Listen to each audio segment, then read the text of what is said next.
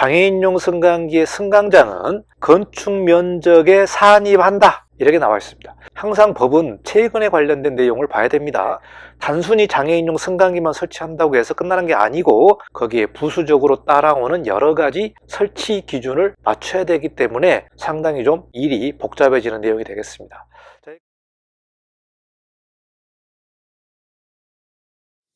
건축주를 위한 가장 기본적인 건축 지식을 1강부터 50강까지 마쳤습니다. 관심 있는 분은 건축주 프리미엄 멤버십 가입을 통해서 공부를 하시면 좋을 것 같습니다.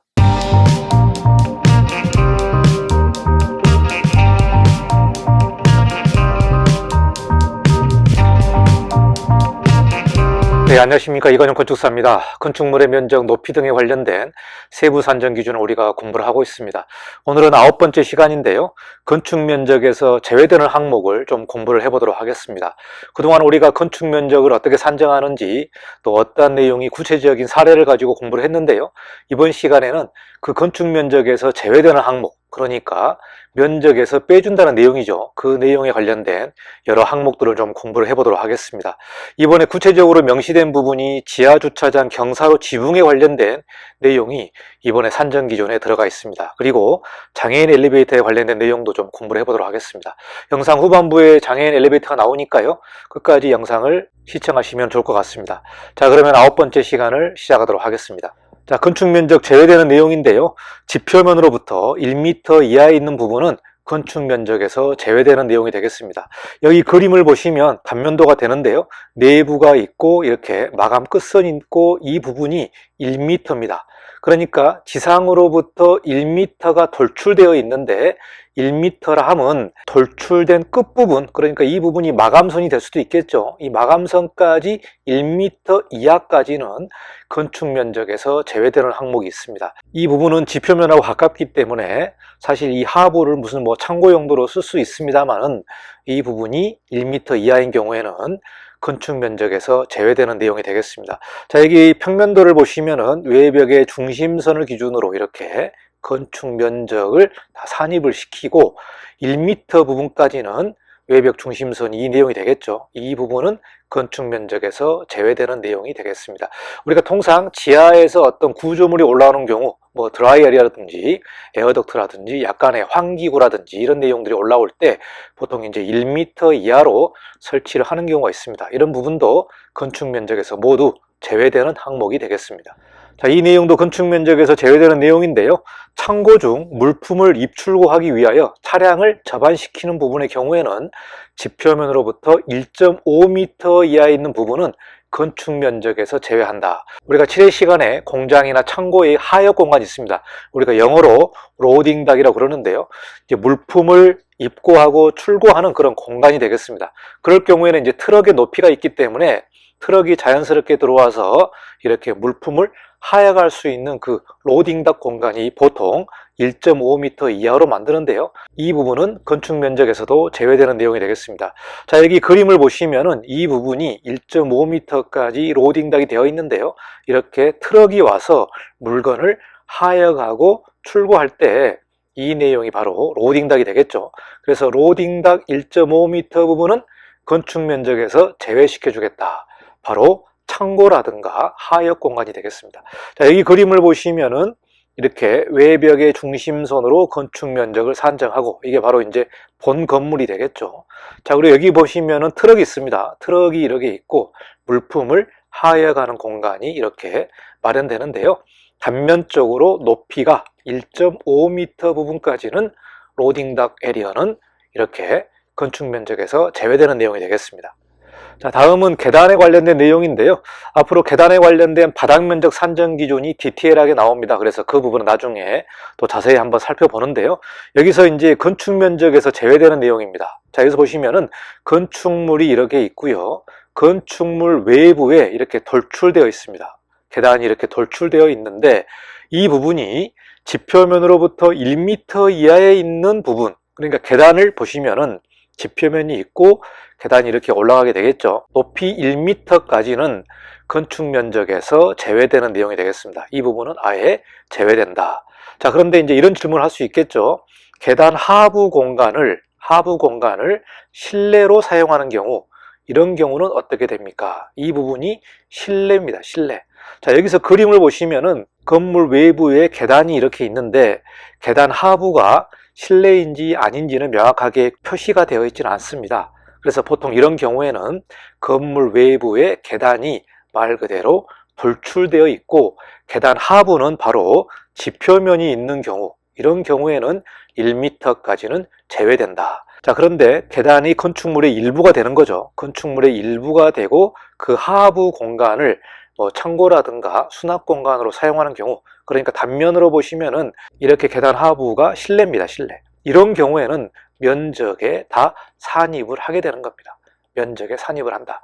그래서 어떤 부분은 계단이 1m까지는 면적에 들어가지 않습니다 라고 얘기하지만 그 부분은 계단이 이렇게 돌출되어 있는 경우고요. 그 계단 하부가 바로 지표면일 경우, 이런 경우는 면적에서 제외되지만 건축물의 실내로 사용하는 경우는 건축 면적에 다 포함을 시키고 또 바닥 면적에도 다 포함을 시키는 내용이 되겠습니다. 그래서 여러분이 이 내용을 자세히 살펴보시면 될 것 같습니다. 자, 다음은 다중이용업소에 관련된 내용입니다. 다중이용업소는 우리가 휴게음식점이라든가 일반 음식점, PC방이라든지 또 고시원이라든지 이런 내용이 다중이용업소가 되겠는데요. 다중이용업소에서도 2004년 5월 29일 이전의 것만 해당되는 내용이 되겠습니다. 그러니까 좀 상당히 기간이 오래전에 이미 다중이용업소에 허가를 받고 영업을 하고 있는 그런 건축물에만 해당되는 내용이기 때문에 여러분이 새로 신축하는 경우는 해당이 안 됩니다. 그래서 2004년 5월 29일 이전의 것만 해당이 된다. 자, 어떤 내용이 있냐면 비상구에 연결하여 설치하는 폭 2m 이하의 옥외 피난 계단의 규정이 있습니다. 제가 다중이용업소에 관련된 내용을 자세하게 여러분에게 좀 설명을 했습니다. 건축법 해설을 보시면은 다중이용업소에 관련된 내용이 나오는데요. 자, 비상구에 연결하여 설치하는 폭 2m 이하의 피난 계단은 뭐냐면 건물이 다중이용업소일 경우에 4층까지는 비상구로만 우리가 허용을 하고 있습니다. 비상구만 설치하면 됩니다. 자, 그런데 5층부터는 다중이용업소가 들어갈 경우에 직통계단을 2개를 만들어야 됩니다. 2개를 만들어야 된다. 그러니까 직통계단 하나는 피난층까지 내려가는 계단이 있을 수 있고 두 번째 계단은 옥상으로 올라가는 계단을 만들어도 괜찮습니다. 그래서 5층에 만약에 여러분이 고시원이나 다중이용업소를 설치한다면은 직통계단을 2개소를 마련해야 됩니다. 이럴 경우에 만약에 다중이용업소가 2004년 5월 29일에 영업허가를 받고 해당이 된다면 2m 이하의 옥외 피난 계단을 설치를 할 수 있는데 이러면 건폐율을 넘어가지 않습니까? 이럴 경우에는 좀 면제해 주겠다. 그래서 두 번째 계단을 설치하더라도 건폐율이나 건축면적 산정에서 제외해 주겠다. 그러니까 여러분이 이제 도시를 가다 보면은 건축물 외부에 뻘쭘하게 옥외 피난 계단이 설치되어 있는 경우가 있습니다. 그게 이제 옥상까지 연결되는 경우인데요. 이 경우가 바로 다중이용업소에 관련된 예외 조항이 되겠습니다. 자, 그런데 기존 건축물에 옥외 피난 계단을 설치함으로써 건폐율 기준에 적합하지 아니하게 된 경우만 해당된다. 건폐율에 적합하면 면적에 집어넣어야겠지만 건폐율을 오버하는 경우 또 초과하는 경우에는 건축 면적에서 제외하는 그 내용이 되겠습니다. 이 내용은 국토부 고시 기준 14페이지에 나와 있기 때문에 여러분이 참고로 좀 보시고요. 여기서 보시면은 다중이용업소의 그림이 나오죠. 비상구가 나옵니다. 이게 바로 이제 5층부터 해당되는 내용이겠죠. 물론 4층부터 또 만들 수 있겠습니다만은 현재 다중이용업소의 법이 5층부터 피난 계단을 설치해야 된다. 이럴 경우에 비상구로 나가서 옥외 피난 계단이 있는 경우에는 2m까지는 건축 면적에서 제외되는 내용이 되겠습니다. 자, 이 내용은 지하주차장 경사로 지붕이 되겠습니다. 그러니까 그동안 지하주차장 경사로를 설치하는 경우에는 해당 지자체별로 불법 건축물이나 위반 건축물로 단속하는 경우가 있었고요. 또 어떤 구는 주차로의 상부에 비라든가 눈을 차단하기 위해서 설치하는 경우는 예외적으로 좀 인정해 줬습니다만은 이번에 국토부에서 면적 산정 기준에 명확하게 규정이 되어 있습니다. 자, 여기서 보시면 상부에 건축물 이용자 편의를 위해 비나 눈, 먼지 등을 차단하기 위한 지붕을 설치하는 경우에는 기둥의 설치 유무 등과 관계없이 건축 면적에 산입하지 않겠다. 이 내용이 되겠습니다. 여러분 이제 건축물 평면도를 보시면 이게 내부고요. 지하로 들어가는 주차장 램프죠. 그러니까 지하 주차로가 되겠습니다. 지하 주차 경사로가 되겠는데요. 이런 경우에는 지붕이 없기 때문에 비가 오거나 눈이 올 경우에 경사로로 바로 떨어지고 그 비가 지하 공간으로 흘러가는 경우가 되겠습니다. 이런 경우가 좀 이제 건물의 유지 관리가 어렵기 때문에 나중에 이렇게 차양을 설치하는 경우들이 상당히 많습니다. 차양을 설치를 해서 비라든가 눈을 피하기 위해서 설치하는 경우가 있는데, 자, 이번에 명확하게 규정된 부분이 비나 눈, 먼지도 해당됩니다. 비나 눈, 먼지 등을 차단하기 위해서 지붕을 설치하는 경우에는 이 부분은 건축 면적에서 제외시키겠다, 이렇게 명확하게 나와 있습니다. 그래서 여기 보시면은 이렇게 차양의 공간 모두를 건축 면적에서 제외시켜준다. 램프, 지붕, 건축 면적 산정 기준이 나와 있는데요. 건축 면적에서 제외되는 내용이 15페이지에 나와 있습니다. 자, 그리고 여기서 한 가지 눈여겨볼 부분이 기둥의 설치 유무 등과 관계없이 건축 면적에서 제외하겠다. 자, 우리가 지하 경사로 상부에 이렇게 차양을 설치하는 경우에 차양의 무게가 있기 때문에 우리가 불가피하게 기둥을 설치하게 됩니다. 뭐 두꺼운 콘크리트 기둥이 아니더라도 이렇게 철제 각재로 해서 이렇게 기둥을 짜게 되는데요. 이런 경우에도 우리가 건축 면적에서 제외를 해주겠다. 이렇기 때문에 여러분이 안전을 고려해서 기둥을 설치해도 되는 내용이 되겠습니다. 이 부분이 이번에 새롭게 추가된 내용이 되기 때문에 잘 살펴보시고, 만약에 여러분이 경사로가 있는 그런 건물들에 차양을 설치할 때는 이 내용이 이번에 개편됐기 때문에 이걸 가지고 여러분이 공사를 하시면 될 것 같습니다. 자, 다음은 장애인 엘리베이터 관련된 내용인데요. 장애인, 노인, 임산부 등의 편의 증진에 관한 법률 시행령이 나와 있는데요.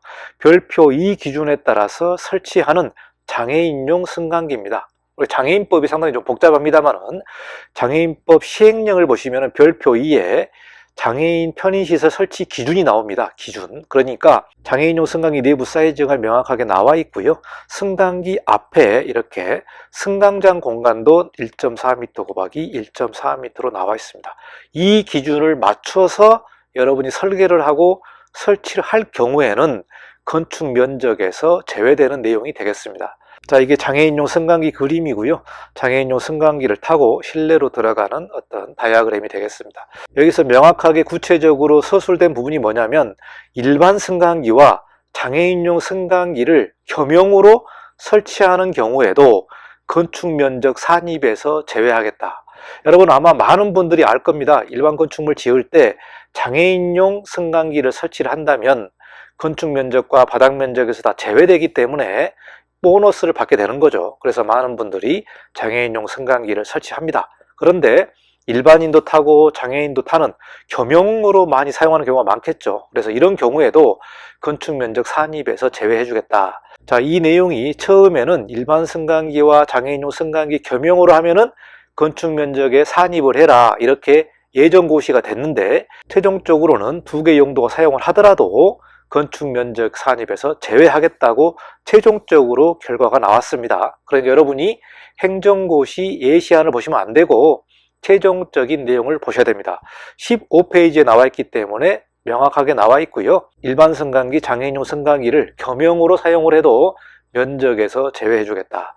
자, 그런데 여기 단서 조항이 또 한 나와 있습니다. 다만 장애인용 승강기의 승강장은 건축 면적에 산입한다, 이렇게 나와 있습니다.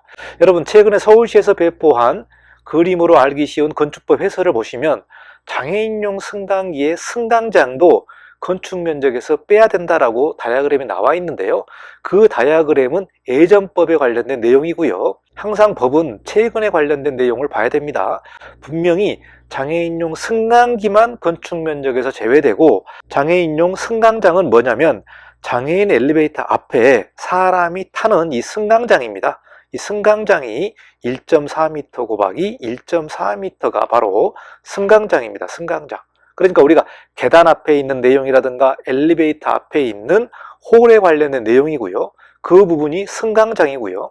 승강장은 건축 면적에 산입하라고 나와 있습니다. 그러니까 이 부분은 건축 면적에서 산입을 해야 되고, 건축 면적에서 제외되는 부분은 승강기만 제외된다.